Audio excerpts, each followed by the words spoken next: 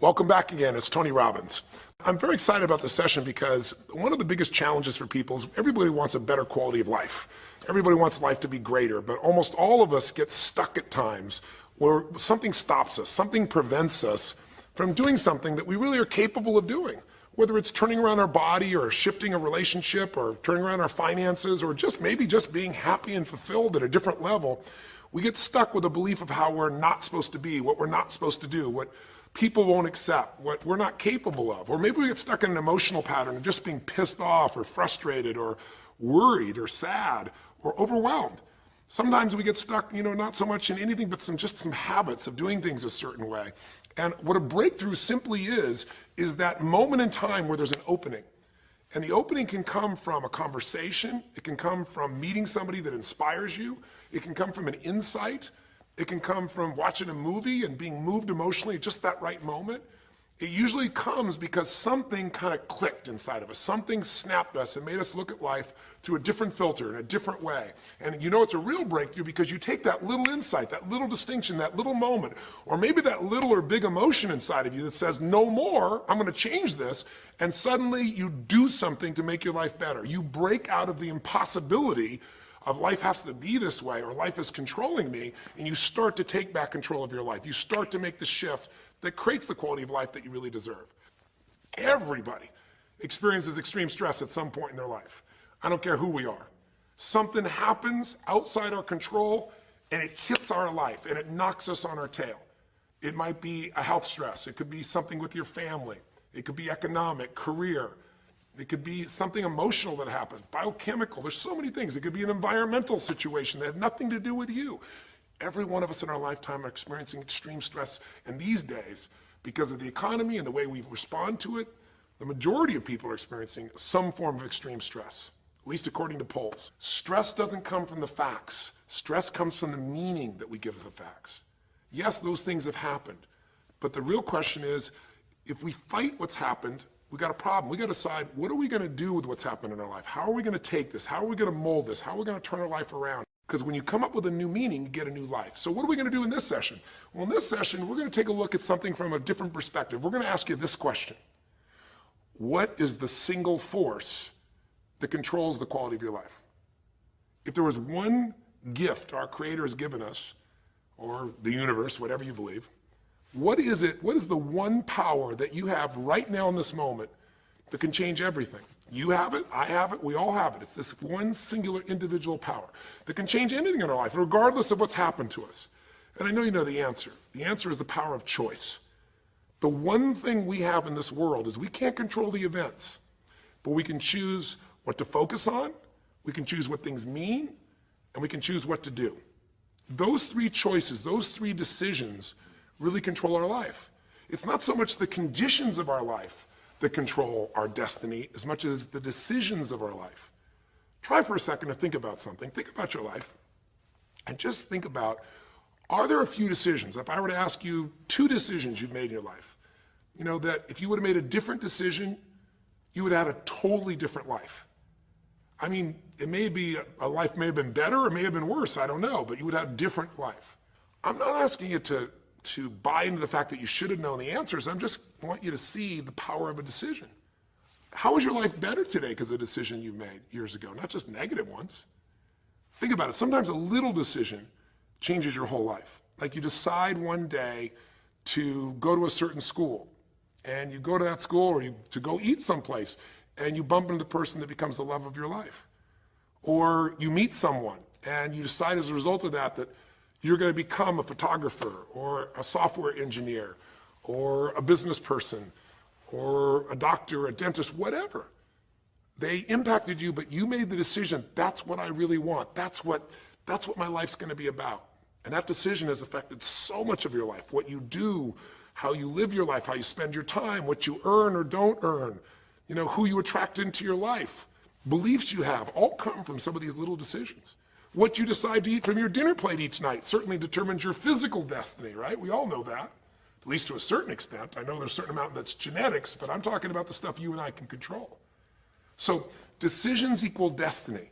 It's not our conditions, it's our decisions. So if we want a new life, if we want a new experience, we've got to make new choices. If you don't like the way your career is or your business is, change it. If you don't like your body, change it. You don't like your relationship, change you first, because if you change it, you'll bring you to the next one. Maybe it's time to change it too, but change yourself first. If you want to change anything in your life, you have the choice. So there is no right or wrong. I just want to make you aware in this breakthrough session that everything in our life changes the moment we make a decision. And I mean a real decision. A decision is when you cut off any other possibility and you commit to something with everything you've got and you take action. But the big decisions start with little decisions like, what am I going to focus on? Because whatever you focus on, you're going to feel. If you focus on all the things that have been done to you in your life, of course you're going to feel like hell.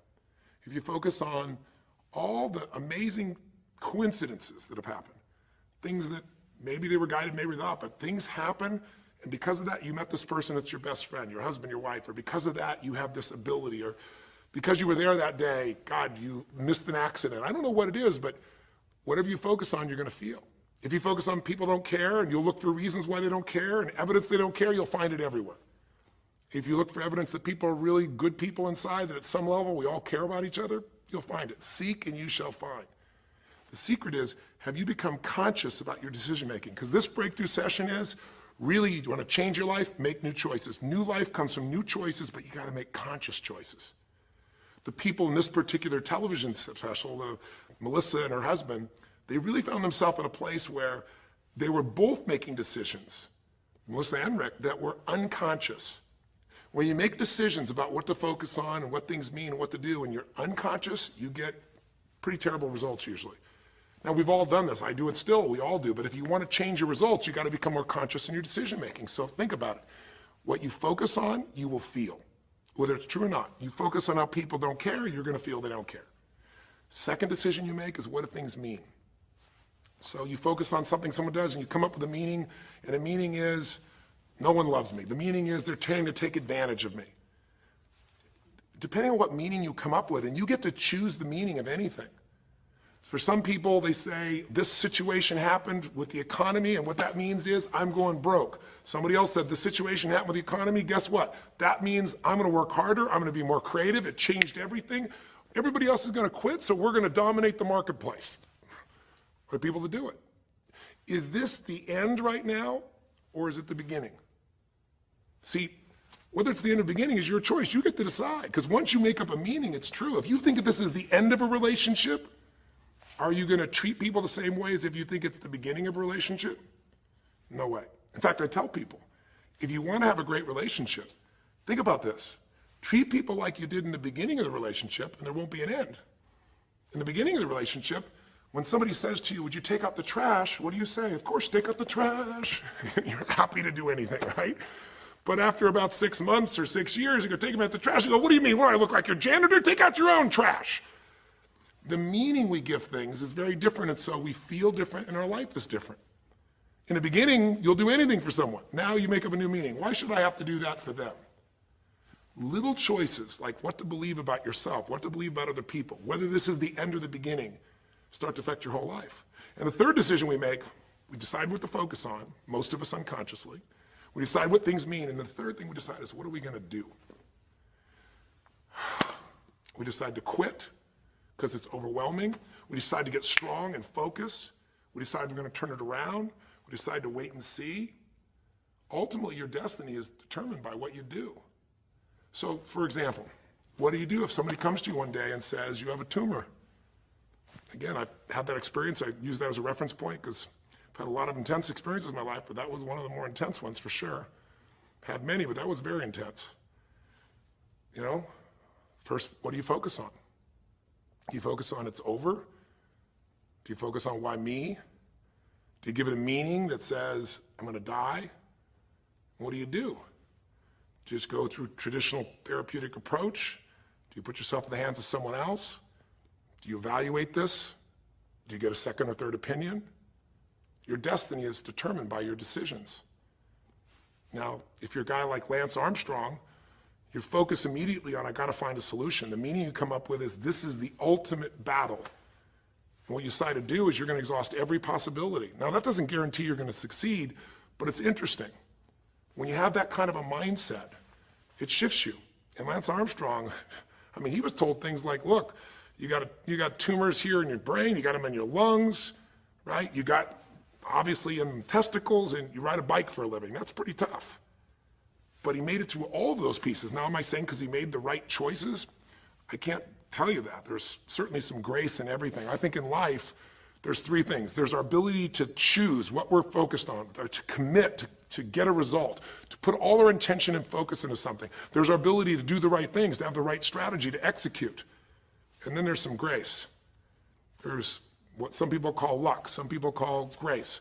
There's if you do the right things over and over again and with total focus, sometimes, you get good fortune that comes your way. And you tend to have more good fortune when you're totally focused and decisive and you take lots of action than if you kind of just sit around and accept things like that you don't have a future. But the point of the matter is this guy turned it around. What was he like after he got through this problem? After he had his breakthrough, after he faced cancer, racing against some other guy seemed like nothing by comparison. You're not much of a competitor. I faced death. And he goes on to win Tour de France after Tour de France after Tour de France, breaking every record anyone could ever imagine. What do you do decades ago, half a century ago almost now, and someone says to you, go to the back of the bus, and you're African American? One woman just decided, you know what? You can't take my dignity from me. I can only give that up, and I don't choose to give it up. And I will not go back to the bus. The answer is no. And Rosa Parks changed an entire society. Because that day she chose to focus on something else. She gave it a different meaning. This is not a command. You do not have control over me. And she decided to fight. And she changed the direction of a country and of many other countries. She started something. We forget that you don't have to be famous to have the ability to change at least your own personal history, to change the direction we go in our life. We have the power to choose, even if you haven't before. You can finally say, no more, I won't put up with that, within myself or from anybody else. And here's what I'm going to do differently. That's where the breakthroughs really start to happen. Now the question is, why do some people stand their ground and make something change versus other people just kind of accept things? Why do some people make bold decisions and other people make decisions that are based on trying to hang on to what they've got? Well, that's a more complex question to answer than we might have in a few minutes in this one session, but it is one that I've spent my life studying, because when you can change your decisions, you can change your life. When you can change the force that controls your decisions, you can change anything in your life. At some level, we have certain beliefs and values. But if I was going to make it simple, I'd say there's two things that determine your choices. The first thing is the state of mind and emotion you're in at that moment. Think about it. Have you ever snapped at somebody and had nothing to do with them? It was just the state you're in, right? You were frustrated, you were pissed off about something, and in that state of mind, whatever they said got interpreted through that state, and you made up a meaning like they were an irritant or they were interrupting you. They weren't. You probably felt bad afterwards. When we get in the wrong state, we make the wrong decisions. When you get in a strong, empowering state, you'll make a better decision. Learning how to direct your state is a big part of what my work is with people, and it's a big part of what I do in my seminars. But the other thing that affects your decisions would be what I would call your story or your blueprint. We all have kind of a story about how our life is supposed to be. It comes from a set of life experiences, interpretations. Some people think life is all about getting theirs. Some people think life is about growing and contributing. Some people think life is about making judgments. Some people think life is about saving other people's lives. Some people think life is about being successful. Some people think God is the basis of everything, and the way to know God is to go through life in a very specific way with a set of rules, and they follow it. And that's what they believe. Whatever your story is, whatever your blueprint is just another way of saying whatever you believe is how your life is supposed to be, at some level, we either follow that blueprint or we fight it. If we follow it or we fight it, we're going to find that we're going to bump into things in life where life isn't always the same as we expect it to be or think it should be. And that's where we start to experience stress. So in this session of Breakthrough, when you watched this story and you saw Melissa, you saw the conflict between what she desired most and what she feared most. I really believe life is the dance between what you desire most and fear most. That's where you find where we live our life. The dance between what you want most and what you fear most. That's where all that energy is in life. So what does she want? She wants to be famous. She wants to be able to sing and have everyone hear her voice and be able to touch everyone. She wants to contribute. She wants to share her gift. And she definitely wants to be famous and successful. She needs to be closer to her children. And one of the big challenges in life is oftentimes what we want and what we need are two different things. She has 5 boys. They're all extremely young, as I'm sure you saw. And she has a husband. And while they're all supportive of her going on this journey, somewhere along the line, she lost that connection to what was most important. Now, is she a bad person to make bad decisions? No, good people make bad decisions when they get in lousy states, when our ego gets involved, or when we start believing our story. And here was the story she had. Being a mom's important, but the bigger gift God gave me is my singing voice. And once we get seduced into a particular story and we start to believe it, it takes a hold of our life and it controls all of our choices. And then pretty soon, bad choice on top of bad choice on top of bad choice starts to affect our life. Can you relate? How many times you've made some choices that you wish like hell you would have made a different decision back then, or that no one ever knows the stupid decisions you made? I know I can relate to that. So what I want to talk to you about today for this brief little session is how to break through a crisis. Crises happen, whatever type of crises you go through in your life, and I know you've had many, when we make some choices unconsciously and we get consequences. And we make them unconsciously because we're trying to get what we want. We don't really know what we value most. We don't know what we need. And we find ourselves waking up one day and going, why is my life this way? It's kind of like life is always calling to us to constantly grow and improve. You know, if you're going to look at what's going to make life work, it's really simple. What makes people happy is progress. We're happy when we're progressing. If you're overweight, but you leave today and you say, you know what, this breakthrough thing, what I got out of today for me more than anything else is, I've been stuck waiting for some magical diet, some magical exercise plan, some magical time in the future when we have more time. There is no more time. I don't need to wait for that. I'm just going to make a decision today to get started. I don't need to go out there and go interview 20 trainers and get online. I don't need somebody to give me a perfect plan. I need just to pick up my shoes and start walking. I need to just get somebody behind me who just goes, run! I don't need to wait for perfection. I'm going to do something right now. I choose to get fit. I choose to walk. I choose to run. I choose to go join a club. I'm doing it now. A breakthrough happens the moment you make a new choice. And you don't have to wait. You can just get yourself in a new state. Maybe this tape will get you doing. Or you just have to have a new thought that says, you know what? I made choices in the past. I'm overweight because I chose to eat this and this. I'm not going to eat it anymore. I'm changing now. You can change your whole life real fast with just a few choices. But if you don't make the right choices, eventually you're going to face a crisis. Crisis is when you made so many poor choices that sooner or later life shows up, and instead of asking gently for you to change and improve, to grow, to make progress, to be happy, life, when it's a crisis, now demands change. It isn't asking anymore. We borrowed money as a society and we overspent and we talked about changing and we knew we had to change, and now a crisis happens and guess what? Nobody has a choice. The game has changed. And what crisis does is it melts us down. It melts us down so that we can recast our life. We can remold ourselves. And usually on the other side, our life is greater because as we go through that crisis, we have to grow. Everybody wants change. Nobody wants to do it. Everybody, I should say, wants progress, but nobody wants to change.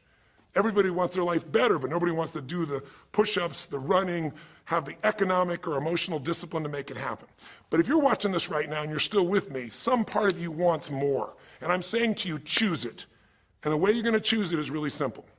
If you're in that crisis, what keeps you in the crisis is probably because you're being reinforced. Most people, they overeat, or they smoke, or they drink, or they yell at people. They keep doing it because they're rewarded. Whatever gets rewarded gets reinforced. Whatever habit or behavior is reinforced becomes a habit, and then pretty soon, do it long enough, it becomes part of your personality, and pretty soon you think it's who you are, and you just keep living that way. I mean, it's easy to see this in other people, right? It's easy to see how messed up they are and how easy they could if they just make some new choices. All you got to do is turn on the television, some news program, some entertainment program, and you'll hear detailed descriptions about some person who is very powerful celebrity who is doing some stupid thing. Why do we see all this stuff on television? Why do we hear about every person you can imagine, from Lindsay Lohan to Britney Spears to all the way back to the old days it was Elvis or Michael Jackson or whoever it is that's in the news today in this stage of life in your country as you're watching this? It's because we want to see other people who make bad decisions so we can feel better about our own. But the reason those people don't change, Lindsay Lohan, she's got another DUI. She's putting herself at risk. She's putting other people at risk. She could kill someone. If she goes to jail, it's supposed to be 90 days. But here's the consequence. It goes to 2 weeks. And before she even gets out of the jail, she makes a deal for an interview and gets paid $1 million when she gets out for the interview. What do you think the chances of her changing when her bad behavior gets her $1 million, and I don't know if she even makes that for that much time of acting at this stage? What do you think the chances are when people around her say it's not your fault, it's not fair, they treat you unfairly? As long as we have the decision that we're not responsible, it's not our fault, we can't change anything. We have no power. So I don't know by the time you watch this if Lindsay will have changed, but if she did, it'll be because the enablers are gone, she's taken responsibility, and she's found something she values more than attention and money for bad behavior. Now, it's easy to look at that with her, but what about you and I? Where are you and I addicted to our problems? Where are you and I reinforced? So many people, when they have a big problem, listen, if things are going well, you say, oh, it's going so great. Your friends go, well, that's great. And after a while, they go, well, easy for you. But if you got a problem, people go, hey, I understand, and they connect with you. Where do we get addicted to our problems? If you want to make a new choice, if you want to make a new decision today, if you want to have a breakthrough in some area of your life, you got to give up the story that it's not your fault, and you got to give up the attention and the love and the connection and the commiserating that comes with it with other human beings. Here's how you change. 5 simple, quick steps, and then I'm going to give you a little tool that if you want to, you can go online and really make a change with. If you're going to change your life, step 1, I don't care if something has happened to you. You know, somebody has spilled oil all over where you fish. It's horrific. It's disgusting how they've dealt with it, but it's happened and you got to deal with it. Something's happened. Someone in your family's been injured. You've lost your job. I don't care what the problem is. If you're in a crisis, step number 1, see it as it is, but don't see it worse than it is. Now, what do I mean by that? I don't mean be some Mr. or Miss positive thinking. By now, if you spend any time with me, you know I'm not about that. I'm not here to tell you, go to that garden and chant, there's no weeds, there's no weeds, there's no weeds. Doing affirmations is not going to change your life. You got to go see where the weeds are and pull them out. My point is simple.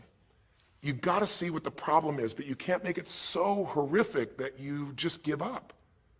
Today, this is the first generation in almost 100 years of Americans who now believe, the majority of Americans now believe, that the quality of life for themselves and their kids in the future is going to be worse than the past. They have, in other words, nothing to look forward to. 63% of the US as of today. Wow.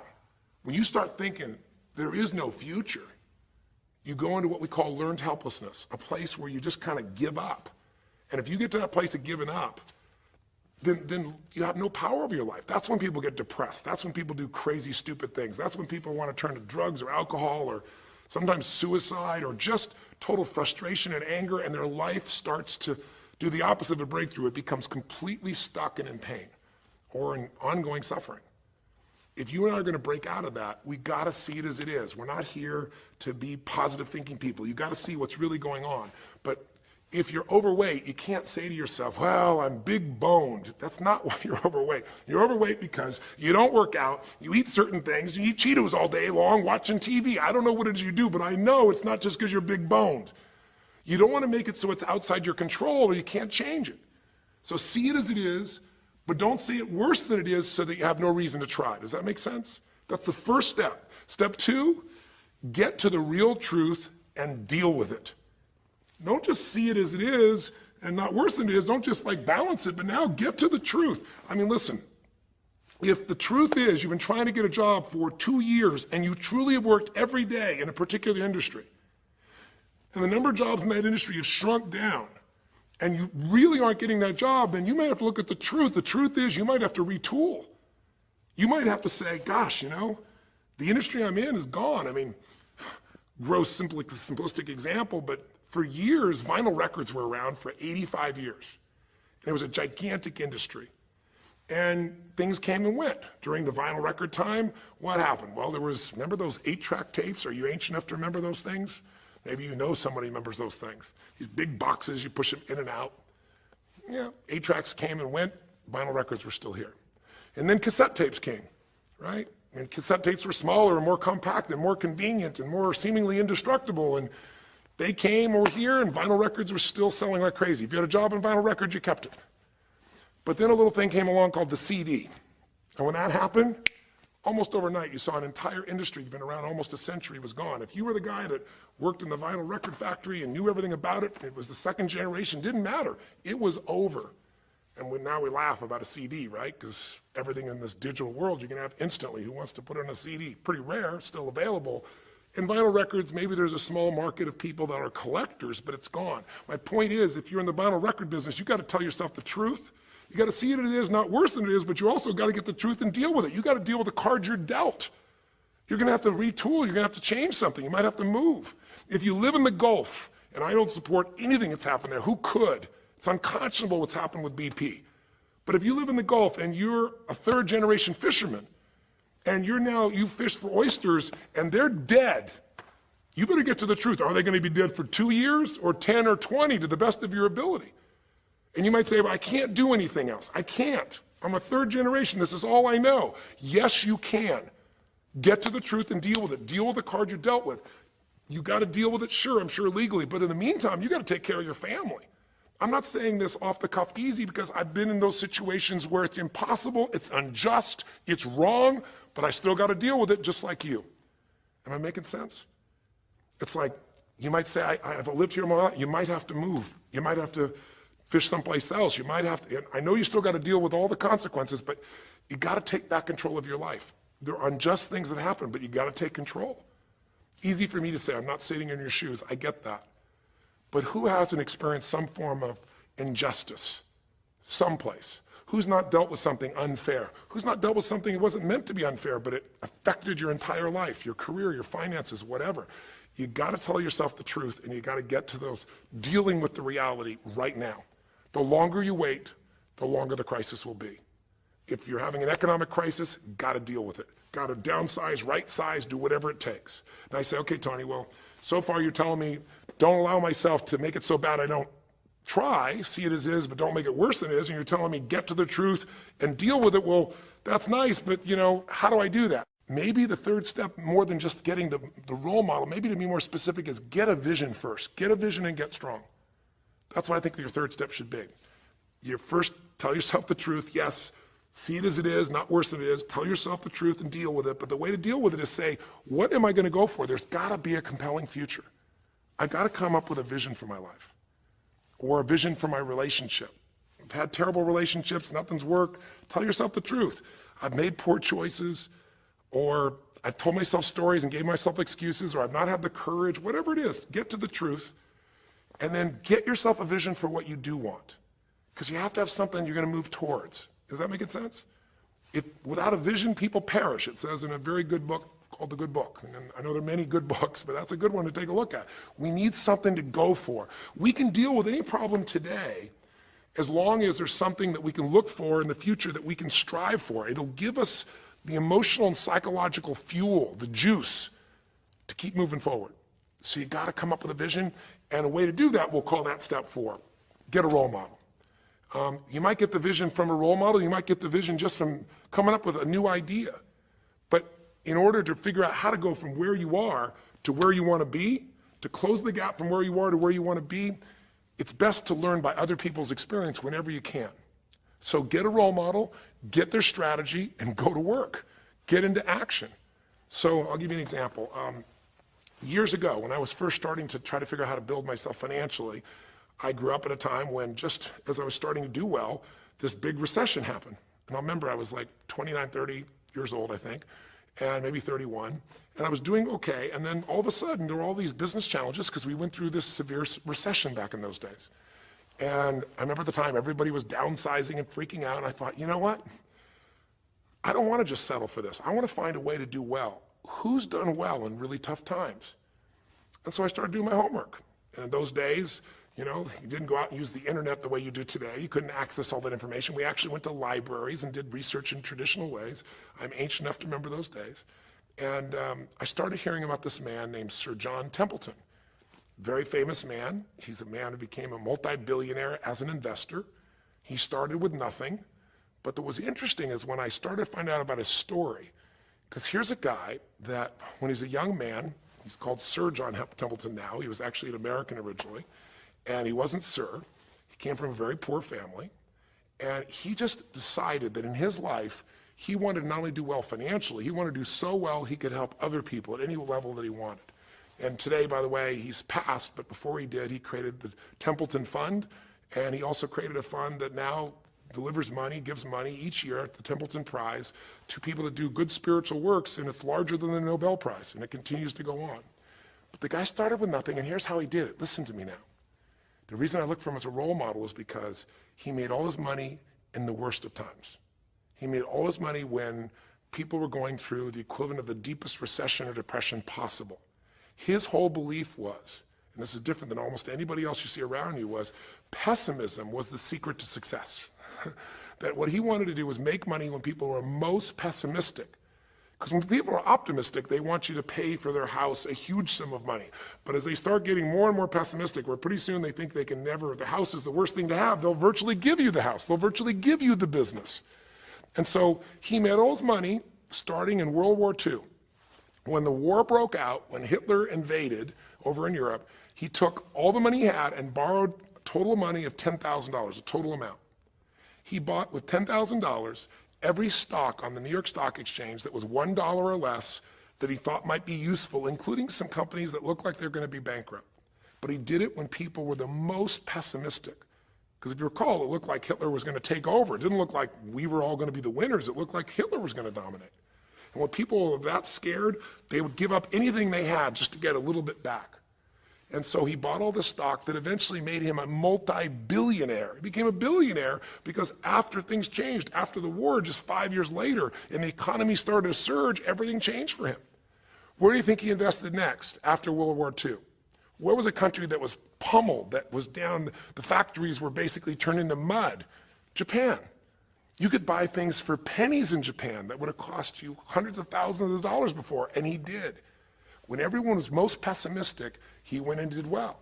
And then he sold when the 80s surged and when everybody thought Japan was the greatest country on earth and had the biggest businesses. He sold and made his maximum profit when people were overly optimistic. He did the same thing down in South America when inflation went crazy. This man spent his entire life basically having a strategy of how to succeed when everybody else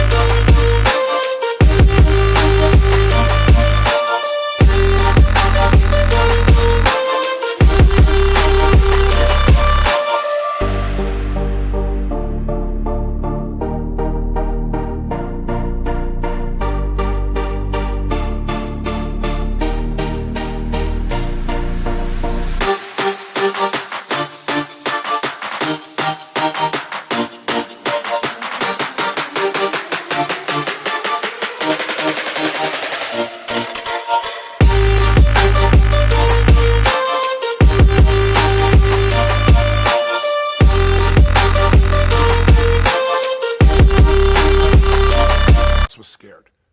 I tell you that because he's a role model. What he did, how he did it, it's all in writing, it's crystal clear. You could do the same.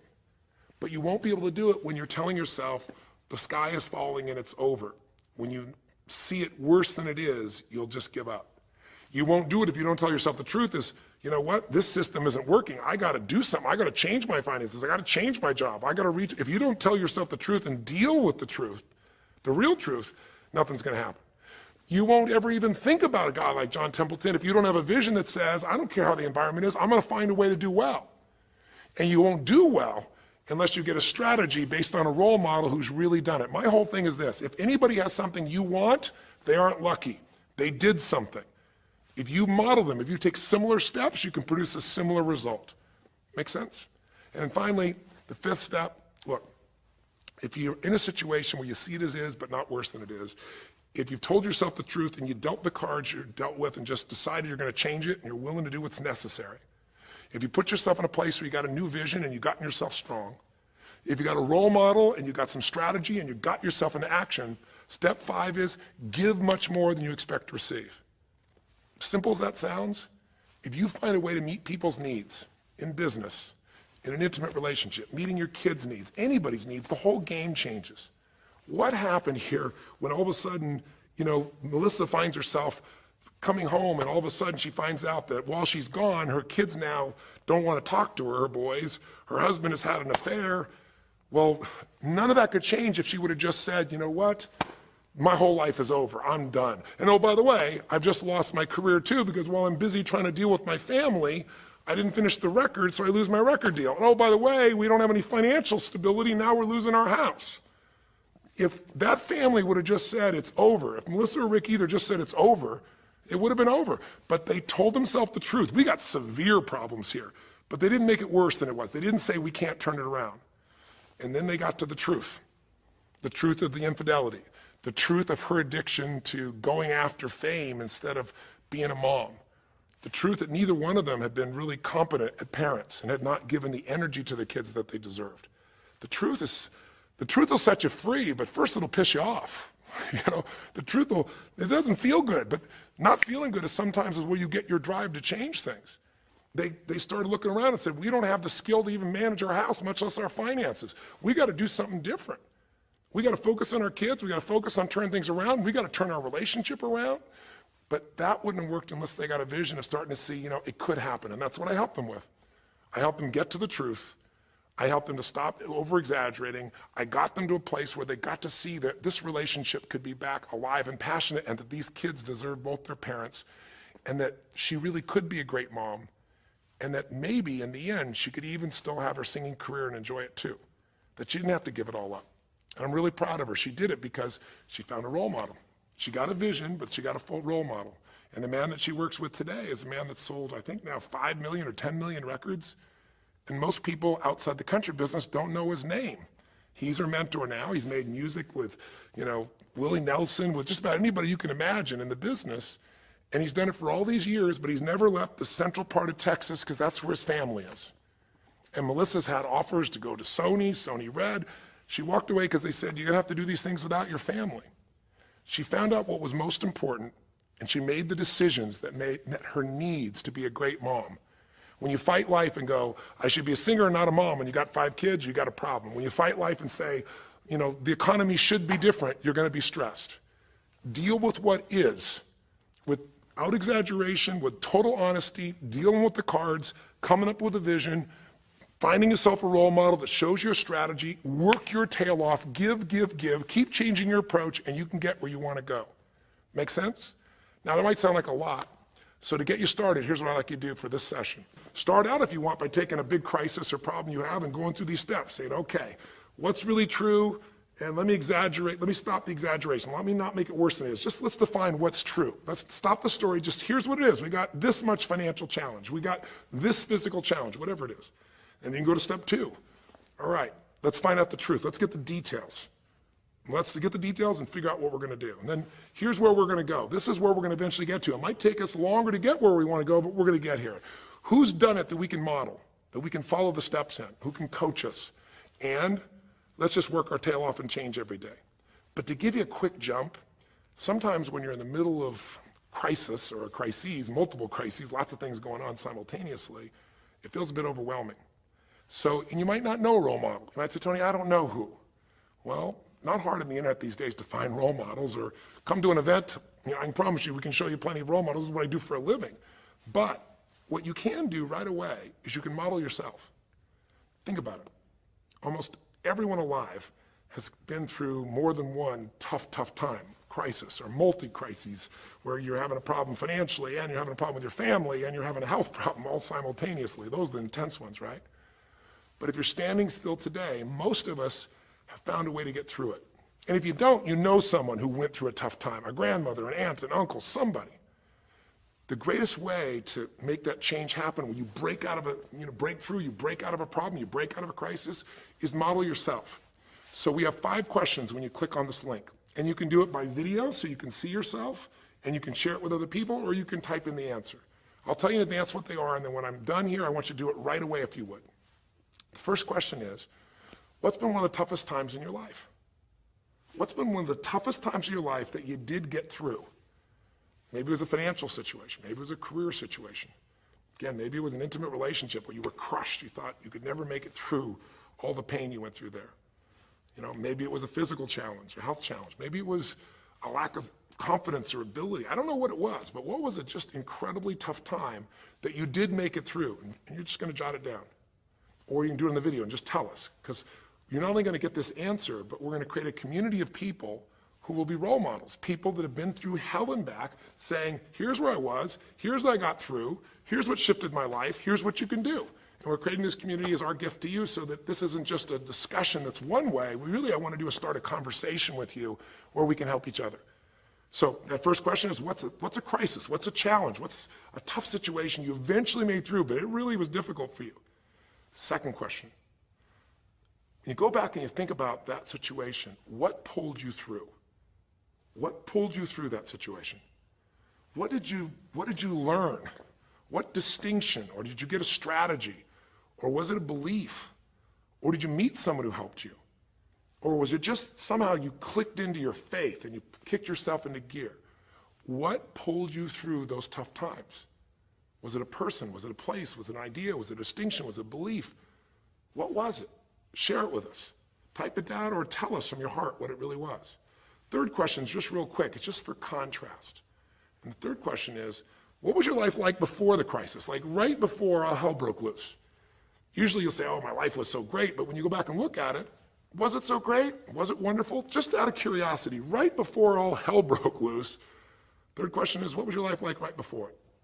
And then the fourth question, what'd you do? What did you do to go from where you were to where you are today? What did you do to get over that situation? What did you do to get through that situation? What did you do to turn it around? What action did you take? Who did you go learn from? What skill did you go get? What did you physically do? Kind of give us the description of what you did, because we all want to know, because you can provide us a pathway. You may have been through a crisis that someone else is going through right now, and they could learn from you. They could learn the shortcut. And finally, the fifth question, maybe the most important one besides what pulled you through, and the fifth one is, how is your life actually better today because you went through this crisis? Whatever the crisis was. How are you stronger? Or are you more compassionate because you felt that suffering? You don't want anybody else to feel it. Or are you more hopeful because you know you made it through that so you can make it through other things? Or are you in a situation where you've got a skill today that you didn't have and wouldn't have had if it wasn't for that situation that made you have to grow? Or are you just happier today because you have a contrast of what life could be like, and so now you appreciate the simple moments? How are you better mentally, emotionally, physically, financially, or